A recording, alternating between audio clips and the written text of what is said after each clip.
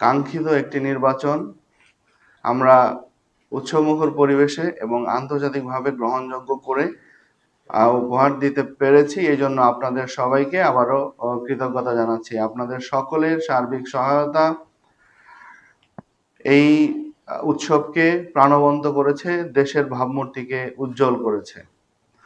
আমরা নির্বাচনের পূর্বে যতগুলো জায়গায় গিয়েছি সেখানে আমরা বলেছিলাম যে আমরা একটা নতুন বাংলাদেশ গড়তে চাই।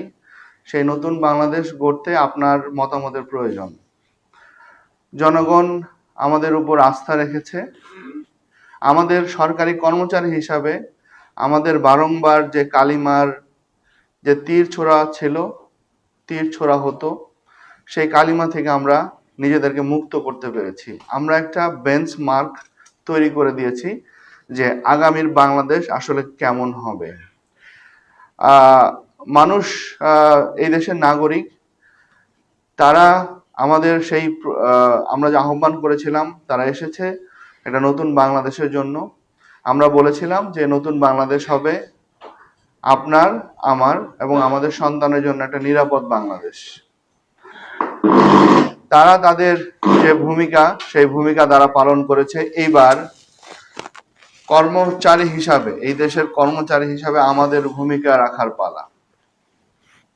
আমরা যারা সরকারের কর্মচারী হিসাবে কাজ করি তাদের এই নতুন বাংলাদেশের অনেক দায়িত্ব, কারণ জনগণের অনেক প্রত্যাশা, এদেশের সম্মানিত নাগরিকদের অনেক প্রত্যাশা আমাদের উপর।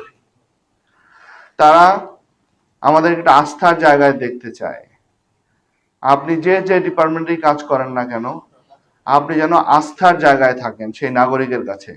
সেই নাগরিকটি যেন আপনার অফিসে এসে এতটুকু শুধু বলে যে না, আমি আমার সেবাটা পেয়েছি, আমি আমার সেবা পেয়েছি, এটা নিশ্চয়তা আপনাকে দিতে হবে।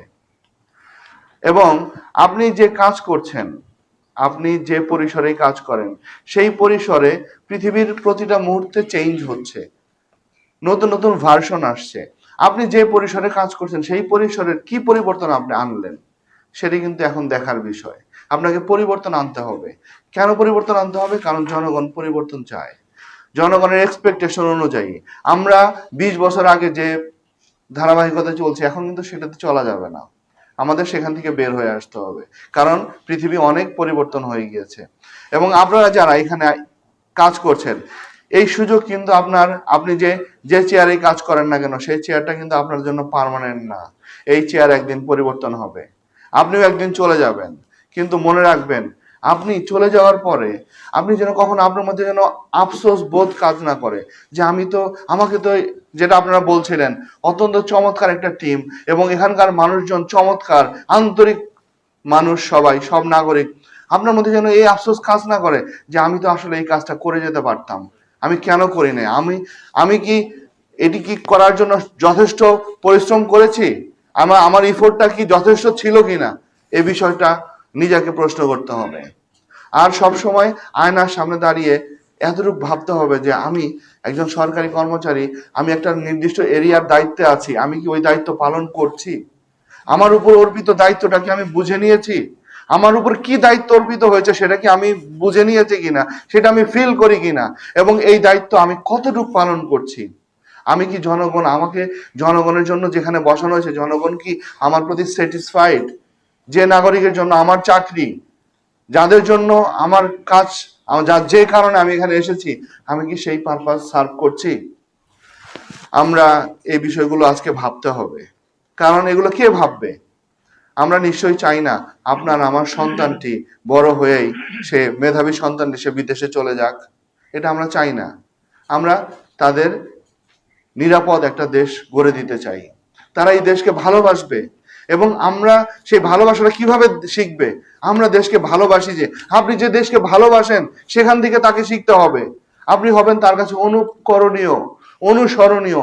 আপনার আগামী প্রজন্মের কাছে প্রত্যেকে অনুসরণীয় হতে হবে যে এই দেশ আমার, এই দেশকে আমাকে ভালোবাসতে হবে, এই দেশের জন্য আমাকে কাজ করতে হবে।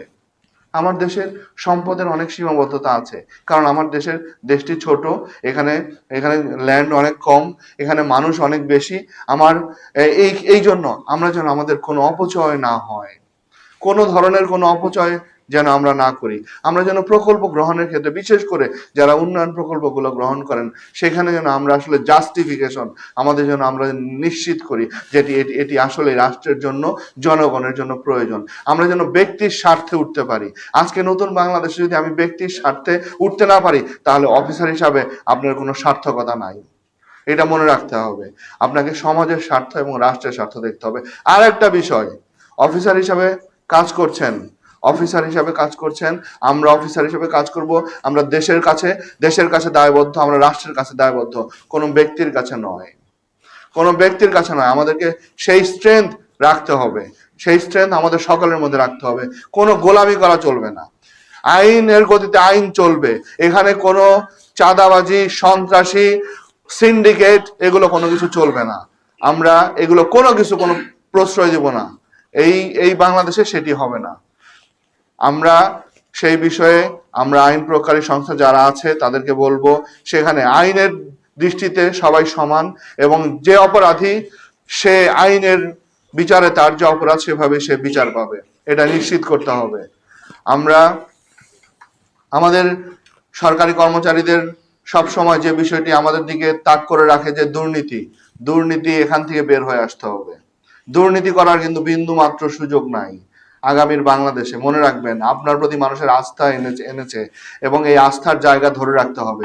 সেখানে যেন কোনোভাবেই আমরা কোনো দুর্নীতির কোনো গন্ধ না পাই। এবং পাশাপাশি আপনি আপনার কাজটা কিভাবে, শুধু 9টা থেকে 5টা পর্যন্ত আপনি অফিসে আসলেন আর গেলেন, এটা করলে হবে না। আপনি এই সময়ের মধ্যে, এই যে সময়টা সরকার আপনাকে নির্ধারণ করেছে, এই সময়টা মধ্যে আপনি কি দিলেন, কি সেবা দিলেন, সেটা এনশিওর করতে হবে। এবং আপনাকে পরিকল্পনা করে আপনার কাজগুলো, আপনার ডিপার্টমেন্টের কাজগুলো আপনাকে পরিকল্পনা করে আগাতে হবে। সেখানে যে চ্যালেঞ্জগুলো আছে সেই চ্যালেঞ্জগুলো আমাদেরকে জানাবেন, আমরা সেগুলোকে অবশ্যই অ্যাড্রেস করার চেষ্টা করব। আমরা এমন একটি বাংলাদেশ গড়তে চাই যে বাংলাদেশে আমাদের কর্মকর্তারা তারা আদর্শ হিসাবে কাজ করবে। সে সকলের কাছে, মানুষ সরকারি কর্মচারীদের কাছে যেভাবে দেখেছে, আমরা নতুন ভাবে তাদের সামনে উপস্থাপিত হতে চাই। আমরা কি সেটা পারবো কিনা? আমাদের সেটা পারতে হবে। আমরা যেখানে যাচ্ছি আমাদের নাগরিকরা সেখানে তারা স্যাটিসফাইড হচ্ছে না। সেটা শিক্ষা প্রতিষ্ঠান হোক, সেটা হসপিটাল হোক, সেটা উপজেলা নির্বাহী অফিসারের কার্যালয় হোক, সেটা ডিসি অফিস হোক, এসপি অফিস হোক, কোথাও হচ্ছে না। এটা নিশ্চিত করতে হবে। মানুষের আস্থার জায়গায় তৈরি করতে হবে। আমাদের প্রতিষ্ঠানগুলোকে শক্তিশালী করতে হবে। সেখানে সেই শক্তিশালী কিভাবে করতে হবে, সেটা হচ্ছে নাগরিকদের আস্থা এনে করতে হবে এবং প্রমাণ করতে হবে যে আমরা সাস্টেইনেবল কাজ